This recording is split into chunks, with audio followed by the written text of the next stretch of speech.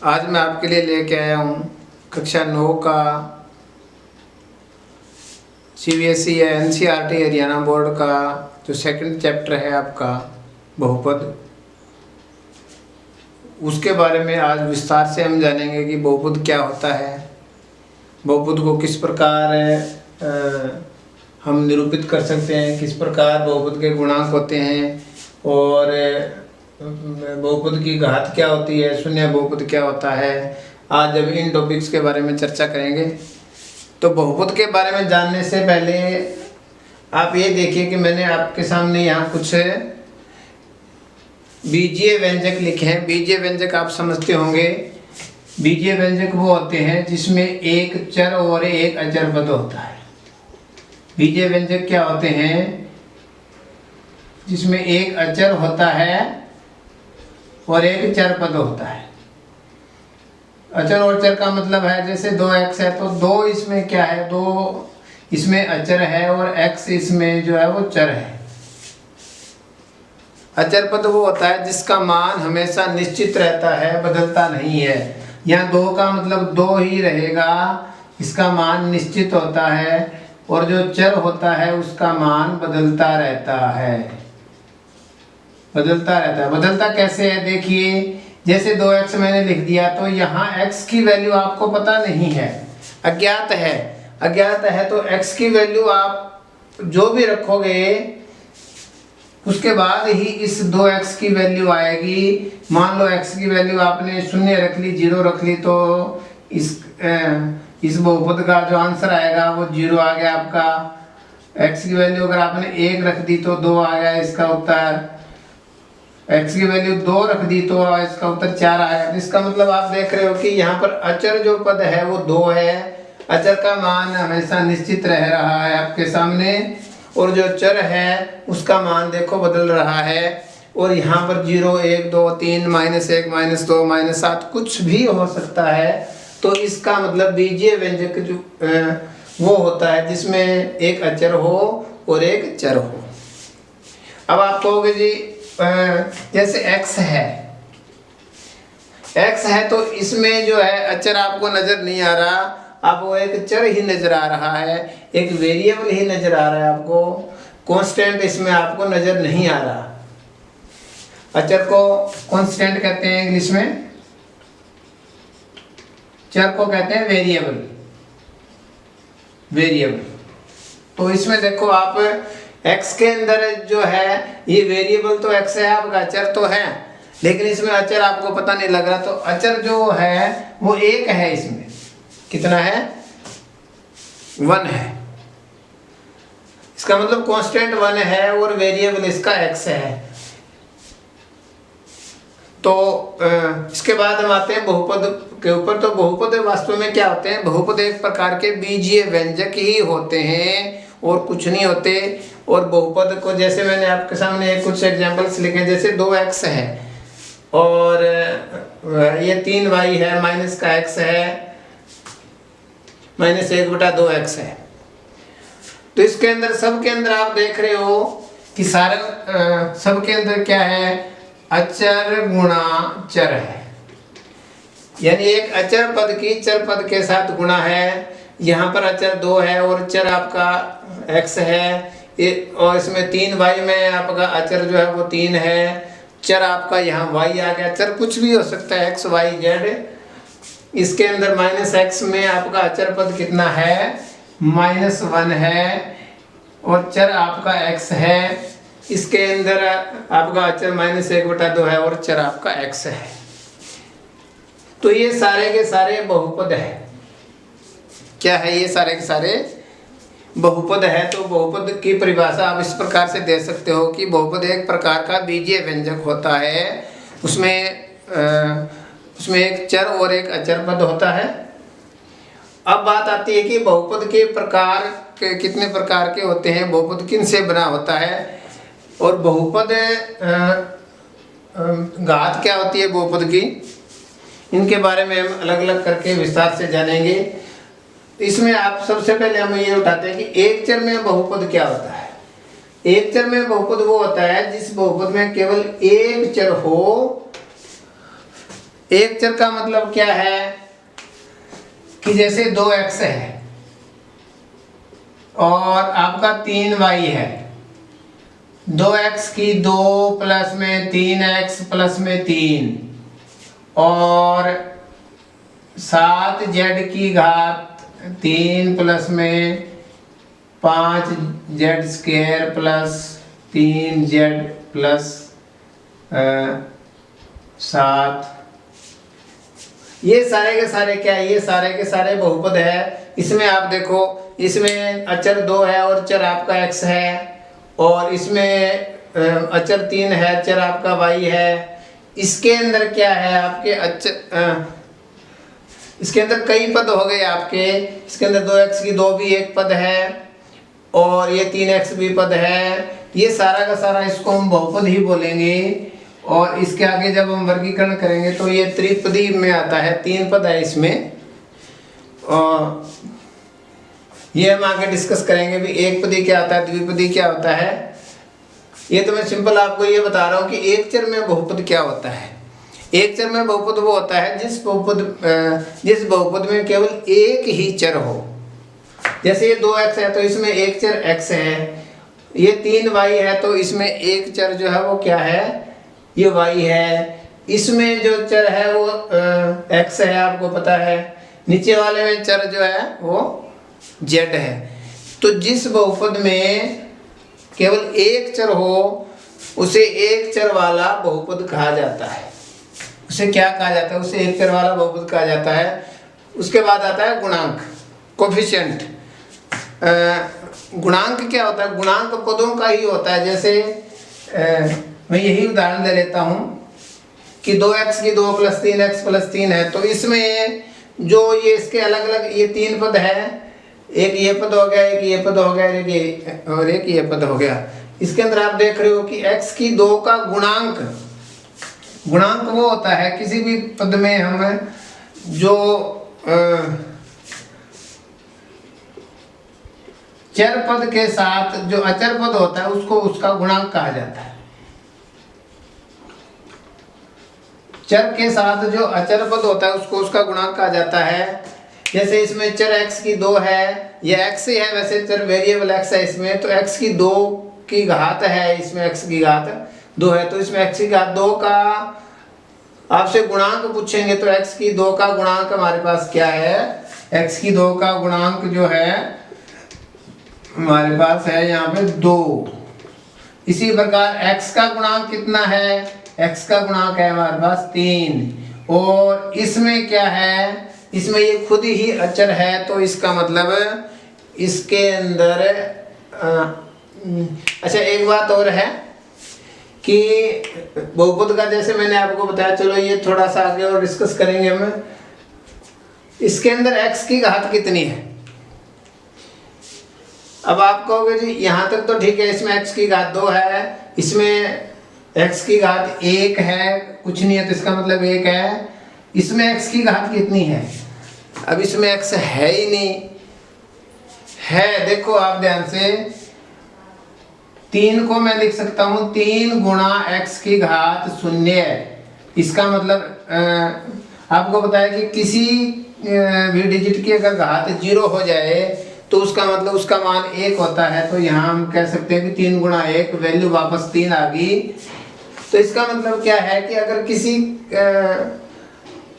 किसी भी कांस्टेंट के अंदर कोई भी चर आपको नजर नहीं आ रहा, तो जिस चर में वो बहुपद है उसमें उस चर की घात आप 0 लगा दो तो वो वैलिड माना जाएगा। यानी 3 को मैं लिख सकता हूँ 3x की घात 0, ये मैं लिख सकता हूँ। तो ये एक एडिशनल चीज है, आपको ध्यान रहनी चाहिए, आपको याद रहनी चाहिए। तो हम बात कर रहे थे कि एक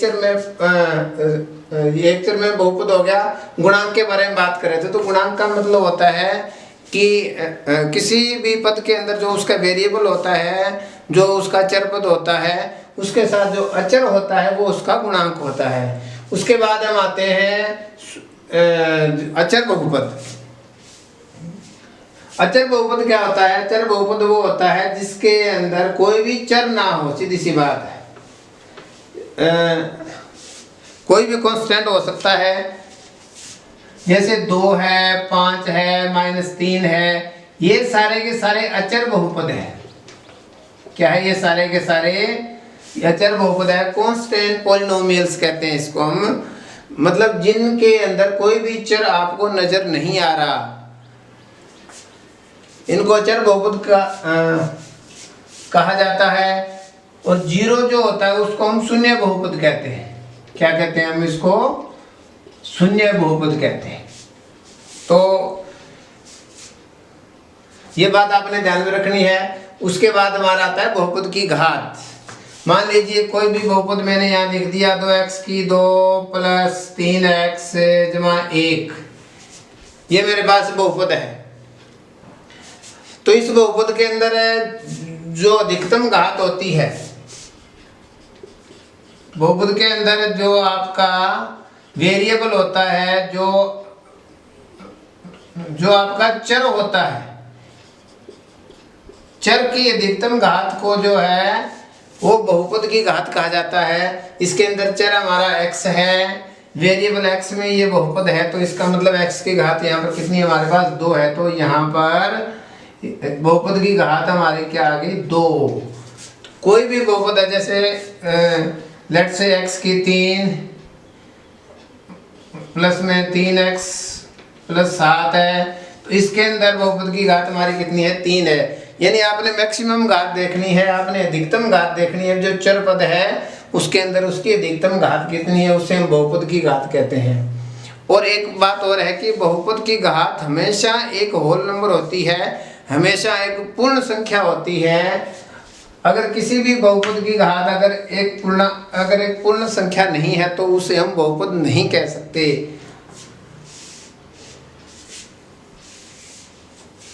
ये भी एक बहुत महत्वपूर्ण रिजल्ट है, बहुत ज़्यादा इम्पोर्टेंट रिजल्ट है कि बहुपद की घात हमेशा एक पूर्ण संख्या होती है। तो ये बात आपने ध्यान में रखनी है। जैसे मैंने एक बहुपद लिख दिया 1/y प्लस में 3, ये है। तो इसके अंदर y जो है, y की घात है, ये y चर में आप मानो कि ये जो भी मैंने बीजीय व्यंजक लिखा है इसको हम बहुपद नहीं कह सकते। हम क्यों नहीं कह सकते? क्योंकि इसके अंदर जो आपका चर पद है y, इसकी घात -1 है। -1 कैसे है? देखो, आपने 8वीं कक्षा में घातांक के नियम पढ़े होंगे कि y को मैं यहाँ क्या लिख सकता हूँ? y को मैं लिख सकता हूँ y की घात -1 लिख सकता हूँ ना, प्लस में 3। तो यहाँ आप देख रहे हो कि जो आपका चर पद है y, इसके अंदर इसकी घात क्या है? ये माइनस में आ गई घात, इसकी -1 आ गया। तो इसको हम बहुपद नहीं कहेंगे, ये बहुपद नहीं है।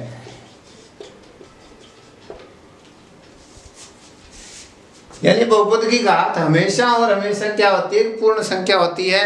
ये बात आपने ध्यान रखनी है। माइनस में नहीं हो सकती या बटे में नहीं हो सकती। और अब जैसे एक उदाहरण आपको मैं और देके समझाता हूँ कि जैसे √y प्लस में 3 है, तो √y है, ये वर्गमूल y है। तो वर्गमूल y को मैं क्या लिख सकता हूँ? वर्गमूल y को लिख सकता हूँ मैं y की घात 1/2 प्लस में 3। तो इसका मतलब यहाँ पर जो हमारा चर पद है y, इसके अंदर इसकी घात 1/2 है। 1/2 आपको पता है कि एक पूर्ण संख्या नहीं है। पूर्ण संख्या आपको मैंने बताया था कि पूर्ण संख्या क्या होती है? 0, 1, 2, 3, 4, 5 से लेके और अनंत तक होती है। तो पूर्ण संख्याओं के बारे में आपको जानकारी पहले से ही है, और अगर जानकारी नहीं है तो आप जो मेरा डिस्क्रिप्शन लिंक है उसके अंदर मेरा एक वीडियो है पूर्ण संख्याओं संख्या पद्धति के ऊपर बनाया हुआ, तो वो आप जाके अच्छी तरह से उसे देख सकते हैं। वहाँ पर आपको सारी जानकारी अच्छी तरह से दी गई है। इसके अंदर आप देख रहे हो कि y की घात जो है वो हमारी हाफ है, 1/2 है। तो 1/2 आपको पता है पूर्ण संख्या नहीं है, तो इसको भी हम बहुपद नहीं कह सकते। तो ये एक बहुत ही इंपॉर्टेंट रिजल्ट आया हमारे पास कि बहुपद की घात हमेशा एक पूर्ण संख्या होती है, ना ही तो ऋणात्मक हो सकती है, ना ही वो एक भिन्न रूप में हो सकती है, पूर्ण संख्या होनी चाहिए। उसके बाद हम आते हैं कि बहुपद के प्रकार। तो बहुपद के प्रकार को हम ये भी सब टॉपिक जो है वो बहुत ही ध्यान से करने वाला है। इससे संबंधित क्वेश्चन भी बहुत है आपके जो एक्सरसाइज आएगी इसके अंदर कि बहुपद कितने प्रकार के होते हैं।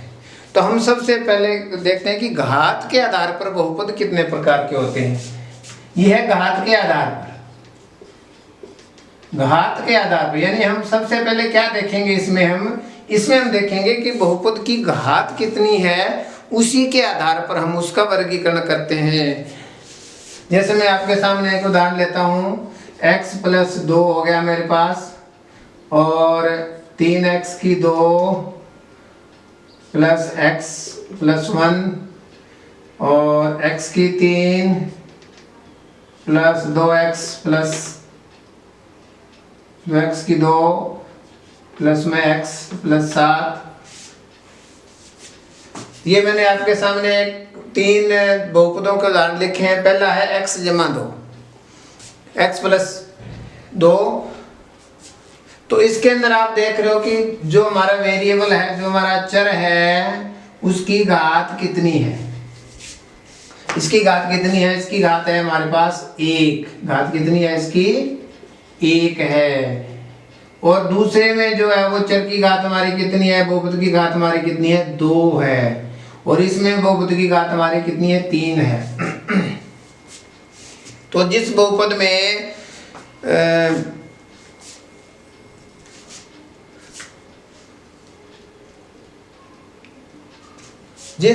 में जो उसका चर पद होता है उसकी घात 1 हो तो उसे हम रेखिक बहुपद कहते हैं। उसे क्या कहा जाता है? रेखिक बहुपद। और रेखिक बहुपद को हम मानक रूप में लिख सकते हैं ax + में b। ax + में b का मतलब क्या है कि x हमारा चर है और a और b हमारे पास क्या है? a और b जो है वो दोनों अचर पद हैं। क्या है? अचर है, कांस्टेंट है। और एक बात इसमें खास ध्यान रखनी है कि इसमें a की वैल्यू जो है वो 0 नहीं होनी चाहिए, ये इसकी शर्त होती है। क्योंकि अगर a की जगह 0 आ गया, a की जगह 0 आ गया तो वो तो हमारा बहुपद ही नहीं रहेगा। अब मान लो ये x + 2 है, तो यहाँ पर x की वैल्यू अगर 0 ही होगी तो वो बहुपद तो हमारा ये रहा नहीं, वो तो अचर बहुपद हो गया हमारा। रेखिक बहुपद तो वो रहा नहीं हमारा। तो इसका मतलब क्या है कि रेखिक बहुपद वो होता है जिसमें जो उसका चर पद होता है उसकी घात 1 होनी चाहिए और उसका मानक रूप क्या होता है? स्टैंडर्ड फॉर्म उसकी क्या होती है? रेखिक बहुपद की मानक रूप इसका ये होता है ax + b। ax + b का मतलब a और b दोनों अचर पद है। जैसे हम इसी का उदाहरण लेते हैं, x + 2 है। x + 2 में a का मान हमारे पास कितना है? यहाँ पर 1 है। और b का मान हमारे पास कितना है? यहाँ पर 2 है। और x हमारा क्या है? x हमारा एक चर पद है। तो रेखिक बहुपद वो बहुपद होता है जिसमें बहुपद की घात 1 हो। उसके बाद हमारा आता है द्विघात वाला बहुपद। तो द्विघाती बहुपद या क्वाड्रेटिक, द्विघात को इंग्लिश में क्वाड्रेटिक भी कहते हैं, क्वाड्रेटिक पॉलिनोमियल। तो क्वाड्रेटिक पॉलिनोमियल क्या होता है? जिसमें बहुपद की घात हमारे पास 2 हो। जैसे 3x की 2 + x + 1। इसके अंदर आप देख रहे हो कि इस बहुपद की घात यहाँ पर चर की घात 2 है, तो इसका मतलब है ये हमारा द्विघाती बहुपद है। और इसका जो मानक रूप होता है, इसकी जो स्टैंडर्ड फॉर्म होती है वो होती है ax की 2 + bx + में c। जिस प्रकार आपने देखा कि रेखिक बहुपद में ax + b होती है उसकी मानक रूप, इसी प्रकार क्वाड्रेटिक के अंदर ax की 2 + b + में c होता है। यहाँ पर a b c हमारे क्या है? ए बी सी हमारे तीनों कांस्टेंट है। क्या है? तीनों के तीनों हमारे कांस्टेंट है, अचर पद है। आप देख रहे हो इसमें a की वैल्यू 3 है, b की वैल्यू 1 है, x के साथ कुछ नहीं है तो 1 है और c की वैल्यू भी हमारे पास 1 है। और घात इसकी 2 है तो ये द्विघाती बहुपद हो गया। और इसमें भी वही कंडीशन होती है, जो a होता है वो 0 के बराबर नहीं होना चाहिए, यानी कि जो x है वो 0 नहीं हो सकता, क्योंकि आपको पता है कि x अगर 0 हो गया तो वो क्या हो जाएगा, वो हमारा रैखिक बहुपद रह जाएगा। क्योंकि अगर यहाँ 0 हो गया तो ये तो खत्म ही हो गया, तो 0 प्लस x प्लस 1 रह जाएगा हमारा। इसका मतलब वो द्विघात बहुपद तो रहेगा, लेकिन वो रैखिक बहुपद हो जाएगा, वो द्विघात बहुपद नहीं रहेगा। इसलिए ये कंडीशन होती है हमारे पास कि इसके मानक रूप होता है ax की 2 प्लस bx प्लस में c। और यहाँ पर सब में आप लिख लो, ये अपनी कापियों में भी लिख लेना, a बराबर 0 के नहीं होना चाहिए, इसमें भी a बराबर 0 नहीं होना चाहिए, इसमें भी a बराबर 0 आपका नहीं होना चाहिए। अब आता है त्रिघाती बहुपद। तो त्रिघाती बहुपद के अंदर आपने क्या देखना है, उसकी घात देखनी है और कुछ नहीं देखना। बहुपद की घात अगर 3 है तो उसे हम त्रिघाती बहुपद कहते हैं। इसका उदाहरण मैंने आपके सामने दिख रखा है, x की 3 प्लस 2x की 2 प्लस x प्लस में 7।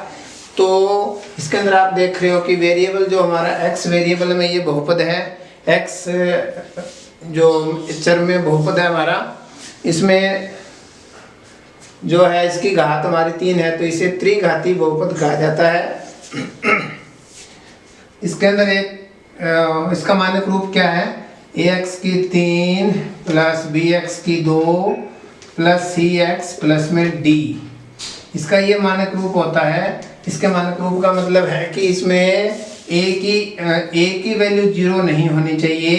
a की वैल्यू 0 होगी, मान लो ये a 0 हो गया आपका, तो इसका मतलब ये हमारा द्विघाती बहुपद हो जाएगा, हमारा त्रिघाती तो रहेगा ही नहीं। अच्छा, एक बात और है कि यहाँ मैंने सब के आगे कंडीशन लिख दी कि a बराबर 0 नहीं होना चाहिए, इसमें भी a 0 नहीं होना, इसमें भी a 0 नहीं होना चाहिए। तो इसका मतलब b और c और d ये क्या 0 हो सकते हैं? बिल्कुल हो सकते हैं। अब हम यही बहुपद लेते हैं, मान लो x प्लस 2 है, तो इसमें a की वैल्यू आपकी 1 है और b की वैल्यू आपकी 2 है, तो a 0 नहीं हो सकता, b यहाँ 0 हो सकता है। अगर b यहाँ 0 हो गया तो इसकी वैल्यू हमारे पास, इस बहुपद का मान हमारे पास, इस बहुपद का रूप हमारा क्या बनेगा, x आ गया। और x का मतलब आपको पता है कि x की घात 1 है, तो ये हमारा रैखिक बहुपद है, बिल्कुल है। इसी प्रकार अगर इसमें b और c दोनों 0 हो जाए तो चलेगा। इसका मतलब जैसे ये x की वैल्यू भी 0 हो जाए और ये 1 की जगह भी 0 आ जाए तो हमारा क्या बचेगा, 3x की 2। तो 3x की 2 भी हमारा एक द्विघाती बहुपद है, क्वाड्रेटिक हमारा पॉलिनोमियल है ये। और a की वैल्यू 0 नहीं होनी चाहिए, b और c की हो सकती है। इसी प्रकार त्रिघाती बहुपद में क्यूबिक पॉलिनोमियल में क्या होता है कि a हमारा 0 नहीं होना चाहिए, b आपका 0 हो सकता है, c भी 0 हो सकता है, d भी 0 हो सकता है। कैसे हो सकता है? अब देखो, अगर आप इसमें ये सारे 0 हो जाए, ये सारे 0 हो जाए तो हमारा x की 3 बचेगा। तो x की 3 क्या है, हमारा त्रिघाती बहुपद है।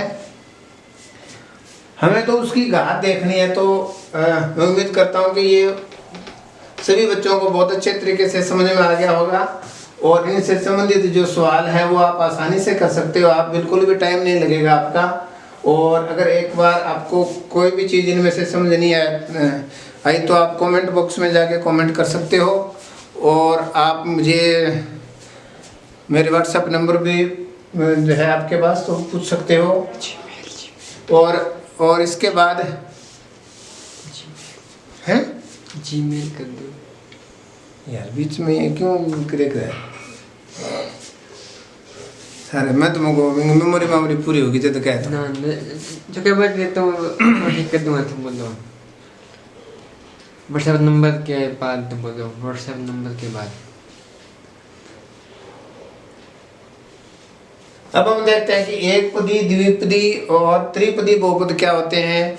ये रेखिक बहुपद आपने समझ लिया, द्विघात समझ लिया, त्रिघाती समझ लिया। ये तो मैंने बताया था कि घात के आधार पर इनका वर्गीकरण होता है। घात के आधार पर मैंने आपको समझा दिया कि घात के आधार पर बहुपद हमारे 3 प्रकार के हो गए। एक तो रेखिक हो गया, और एक आपका द्विघाती या क्वाड्रेटिक पॉलिनोमियल हो गया, और एक त्रिघाती या क्यूबिक पॉलिनोमियल हो गया। यानी जिस बहुपद की घात 1 हो उसे हम रेखिक कहते हैं, जिसकी घात 2 हो उसे हम क्वाड्रेटिक कहते हैं, और जिसकी घात 3 हो उसे हम क्यूबिक पॉलिनोमियल कहते हैं। इनके उदाहरण भी देखकर भी मैंने आपको अच्छी तरह समझा दिया। अब हम आते हैं एक पदी, द्विपदी और त्रिपदी बहुपद क्या होते हैं। एक पदी का मतलब होता है मोनोनोमियल। मोनोनोमियल क्या होता है? एक पदी, जिस बहुपद में केवल एक पद हो। एक पद का मतलब 2x, बस, इसके अलावा कुछ ना हो। 2x हो सकता है, x हो सकता है अकेला, 3y हो सकता है अकेला, y हो सकता है, z हो सकता है, कुछ भी हो सकता है। उसमें सिर्फ एक वेरिएबल होता है और कुछ नहीं होता। यानी एक पद वाला जो हमारा बहुपद होता है उसे हम एक पदी कहते हैं। और देखो 2, 3, 5 ये भी एक पदी बहुपद है, ये भी एक पदी है। और इनको हम क्या कहते हैं? इनको हम कहते हैं अचर बहुपद। ठीक है। उसके बाद देखोगे द्विपदी। द्विपदी में जैसे नाम से स्पष्ट है, द्वि का मतलब दो, जिस बहुपद में 2 पद हो, जैसे 2x प्लस में 3, इसमें 2 पद है, पहला पद इसमें 2x है, दूसरा इसमें 3 है, तो ये हमारा द्विपदी बहुपद हो गया। और जैसे x की 2 प्लस में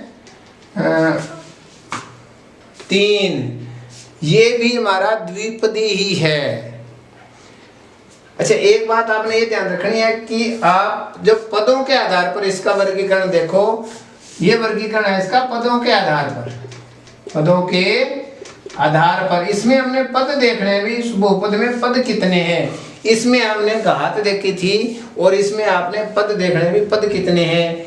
तो पदों की संख्या के आधार पर आपने इसका वर्गीकरण करना है। इसके अंदर तो एक पदी जिसमें केवल एक पद हो, और द्विपदी जिसमें 2 पद हो, और त्रिपदी जैसे जिसमें 3 पद हो। 3 पद कैसे हो सकते हैं? 2x की 2 प्लस x प्लस में 5, इसमें देखो 3 पद है। तो इस प्रकार मतलब आप उसके पदों की संख्या के आधार पर बहुपदों का वर्गीकरण कर सकते हो। ये घात के आधार पर आपने किया।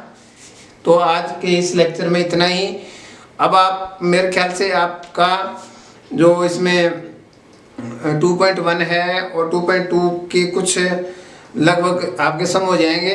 कुछ टॉपिक्स के रह गए, वो इसके मैं सेकंड पार्ट में लूँगा।